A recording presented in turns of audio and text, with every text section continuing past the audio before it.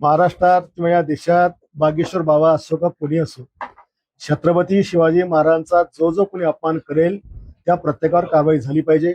बाबासाहेबांचा अपमान करेल, महात्मा फुलेंचा करेल, ज्या ज्या महामानवांनी या राष्ट्राकरता आपलं रक्त वेचलं, आपला आपला त्याने काय म्हणतो आपण घाम गाळला आणि या देशाला देशातल्या जनतेला सहारा देण्याचा प्रयत्न केला, प्रत्येक महामानवाचा जर कोणी अपमान करेल तर त्याला कायदेशीर शिक्षा झालीच पाहिजे. बागेश्वर बाबांबद्दल आपलं काय मत? जे मत इतरांबद्दल आहे तेच यांच्याबद्दल पाहिजे. म्हणजे त्यांच्याकरता काही वेगळा कायदा आमच्या भारतामध्ये आहे का? त्यांनी दिलगिरी व्यक्त केली, क्षमा मागितली. एकदा क्षमा याचना केल्यानंतर पुढे काही राहतच नाही. तुर्कांनी महाराष्ट्रामध्ये सातत्याने अशा महापुरुषांचा अपमान होताना आणि आता हे एक टीम वर्कच या देशामध्ये छत्रपती शिवाजी महाराजांच्या कार्यकाळापासून काम करते. शिवाजी महाराजांचा इतिहास पाहिला, संभाजीराजांचा इतिहास पाहिला, पुढचा इतिहास पाहिला, ज्या पद्धतीनं सदैव महाराजांच्या परिवाराला विरोध झाला, अगदी संभाजीराजांच्या हत्येपर्यंत विचार जर केला तर प्रत्येक वेळेला महाराजांच्या परिवारासोबत हिंदुत्वासोबत हे सगळं घडलेलं आहे आणि ते अगदी महाराणा प्रतापांसोबत सुद्धा. आणि त्याच्यामुळे अशा शक्तीने आमचा देश हा या ठिकाणी त्याला काय म्हणतो खूप मोठ्या संकटात नेऊन ठेवलेला आहे. या देशावर जे परक्यांच्या जो सदैव आमच्या या आक्रमणाचा बडगा असतो, याला या लोकांच्या हिमतीमध्ये सगळं होत असतं आणि त्याच्यामुळं ही प्रवृत्ती ठेचल्या गेली पाहिजे. महापुरुषांचे असे अपमान होत आहे तर तुम्हाला वाटत नाही का कायदा यायला पाहिजे महाराष्ट्रात? महाराष्ट्रामध्ये ऑलरेडी कायदा आहे, पण कडक अंमलबजावणी करण्याची आवश्यकता आहे आणि अशा पुस्तकावर बंदी घातली पाहिजे. शेवटी तुम्ही एका माणसाचा विचार करणार आहे का लाखो वाचकांचा, म्हणजे लाखो शिवभक्तांचा विचार करणार आहे?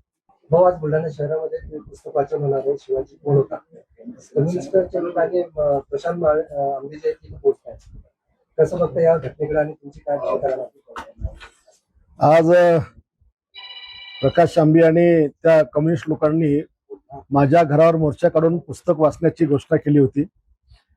मी तर आधी पण सांगितलं की छत्रपती शिवाजी महाराजांचा सन्मानपूर्वक उल्लेख जर करत असतील तर माझ्या घरात पण पुस्तक वाचणं मला काय अडचण नाही. परंतु आम्ही इथे कार्यक्रम आयोजित केला होता, शिवरायांचं पूजन आणि महाआरती, पोलिसांनी आमच्या कार्यक्रमाला परवानगी नाकारली. आम्ही पोलिसांचा कायद्याचा सन्मान आम्ही केला, आम्ही आमचा कार्यक्रम रद्द केला. त्यांचा पण कार्यक्रम पोलिसांनी रद्द केला कायदा सुव्यवस्थेच्या नावाखाली.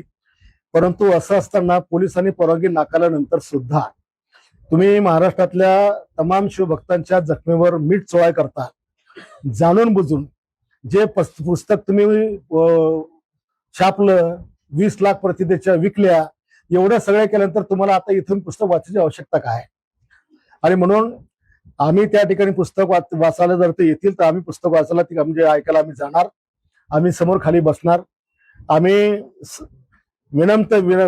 विनयशीलतेने आम्ही सगळ्या गोष्टी आम्ही ऐकणार.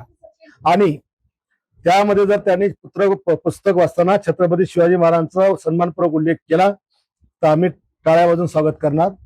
पण जर का एकेरी भाषेत आमच्या सगळ्यांच्या जखमेवर मीठ चोळायचा प्रयत्न महाराष्ट्रातल्या तमाम शिवभक्तांच्या जर केला, मग मात्र त्या ठिकाणी जर शिवभक्तांच्या भावना अनावर झाल्या तर याची जबाबदारी सगळी त्या आयोजकाची किंवा त्या पुस्तक वाचणाऱ्याची नाही.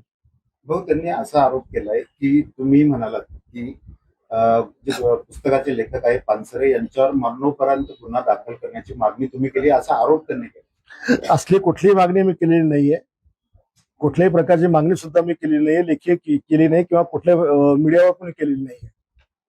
त्यांनी आज आता जिथं ते वाचन करणार आहेत तिथला पेंडॉल सुद्धा तुमच्या दहशतीने काढून नेल्याचा त्यांचा आरोप आहे. आमची कुठली दहशत नाहीये. एखादा कोणी कोल्हापूरचा लांडगा इकडे येईल, इकडे कोणी करेल, आमच्या गावात आग लावेल आणि विनाकारणचा कायदा सुव्यवस्था निर्माण करेल, असं त्या विचारा स्वतःच्या त्या मंडप चालकाला वाटलं की इथे देखील माझ्या मंडपामध्ये शिवरायांचा अपमान होणार आहे, म्हणून ते स्वतःच काढून नेला. त्याला सांगायची काय गरज? रोहित पवार महाराष्ट्रात हिरोगिरी करायला पाहतोय. त्याला वाटतं आपण अजितदादाची जागा घेतली पाहिजे. अजितदादांच्या जागा घेण्याकरताच तो अजितदादांना न्याय देण्याचा खोटा आव्हान उडालेला आहे.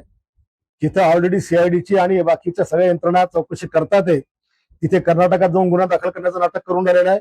अजितदादांच्या याची चौकशी 100% होणारच. दादा आम्हाला सगळ्या महाराष्ट्राला प्रिय आहेत, पण जेव्हा दादा जिवंत होते तेव्हा या रोहित पवारचं प्रेम कुठं गेलं होतं?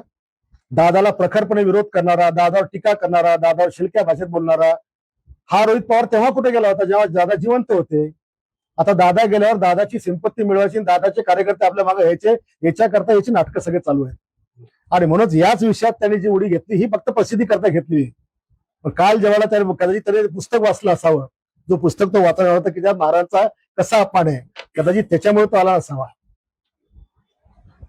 मीरा भाईंदरमध्ये एक चाकू हल्ला झाला, धर्म विचारून चाकू हल्ला केला. तुझा धर्म कोणता आहे? योग्य वाटतं तुम्हाला धर्म विचारून? मला सगळे धर्मवीर म्हणतात. सगळ्या धर्माचा आदर करणारा धर्मवीर ही माझ्या जगण्याची संज्ञा आहे. त्याच्यामुळे आम्ही हा अशा प्रकारचा जातीवाद आमच्या देशात, राज्यात आम्ही कधीच खपवून घेऊ शकत नाही किंवा तो आम्हाला मान्य पण नाही.